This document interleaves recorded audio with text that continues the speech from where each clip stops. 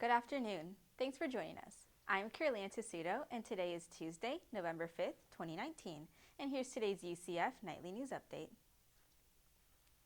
This year's VegFest was one of the biggest vegan festivals in the country.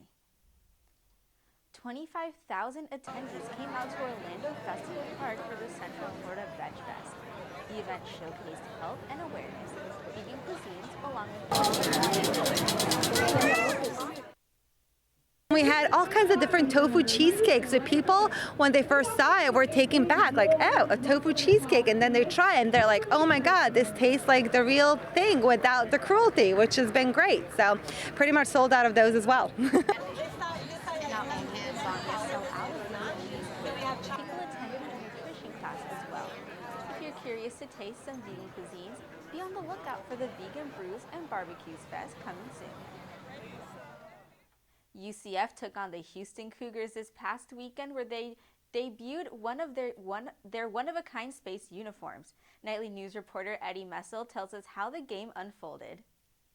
The Cougars were able to strike early and often against the Knights. Muleball Carr opened up the scoring for Houston with a big 37-yard run.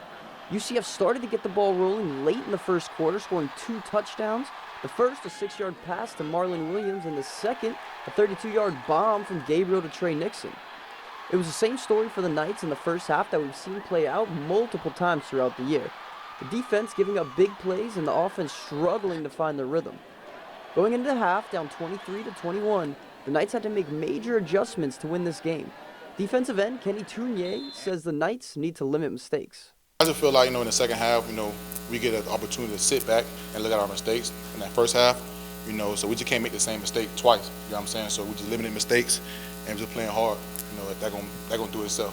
The Knights landed on the moon today versus Houston in their space game jerseys. The Knights came out on top with a 44-29 win. We spoke with players and coaches after the game who were very excited about the way the Knights came out in the second half. We were kind of embarrassed, that wasn't our ball. We kind of let them in the game, we kind of didn't play to our level of playing, and it kind of bit us early, but we came out second half, we got it right, and we played awesome, so I'm proud of the boys. Thought just early in the football game we didn't do a great job of coming out and playing the way we're capable of, but kids continued to compete through the first half. But again, proud of the way that we played in the third quarter there. Whatever was said at half must have worked for the Knights. The defense only gave up 6 points the rest of the game to Houston, while the offense was able to tack on another 21 points. UCF was led by Trey Nixon, who found the end zone again late in the third, and young running back Bentavious Thompson, who also had 2 touchdowns on the day in the second half. We'll see if the Knights can continue to roll this upcoming weekend. Reporting in Orlando, Eddie Messel, UCF Nightly News.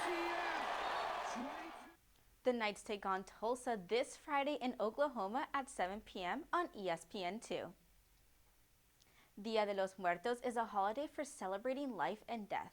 Many people celebrate Day of the Dead from October 31st through November 2nd. Nightly News reporter Jasmine Haynes shows us how UCF came together to celebrate this Mexican holiday.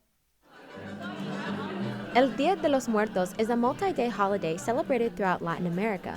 It involves family and friends gathering together to remember loved ones who have passed and guide them throughout their spiritual journey. The holiday is not seen as a day of sadness, but a day of celebration because their loved ones have awakened and come to celebrate with them. Casey Tart is one instructor who sees the holiday as a way of celebrating Hispanic heritage. 25% of our students, have Hispanic heritage, and so I think that that's important too. They may be from other places, but of course we have a Mexican population, and I think that it's important, that any event that we have, that we focus on, the cultural significance. UCF brings together all types of students to celebrate the holiday. Students eat Mexican-style foods, write letters to their lost loved ones, and make decorations to put on la ofrenda. El Día de los Muertos inspira a varias culturas en todo el mundo. Movies like Coco and the Book of Life are just a few inspirational movies that are based off of this popular Mexican holiday. Professors like Ann Perch and Casey Tart hold events to teach their students the importance of other cultures. We wanted our students to have the opportunity to celebrate it and to learn about it, and not just know about it in a commercial manner, so to say. Perch said she wants her students to know El Día de los Muertos is not just a holiday to dress up for, but a holiday to celebrate past loved ones. Reporting in Orlando, Jasmine Haynes, UCF Nightly News. Dia de los Muertos is celebrated every year and is unlike any holiday where mourning is exchanged for celebration. For more information, head over to NSM to read the article. UCF researchers are working to create a new infrared detector to enhance night vision. Nightly News reporter Chris Tran got a sneak peek of the labs used to create the new infrared light.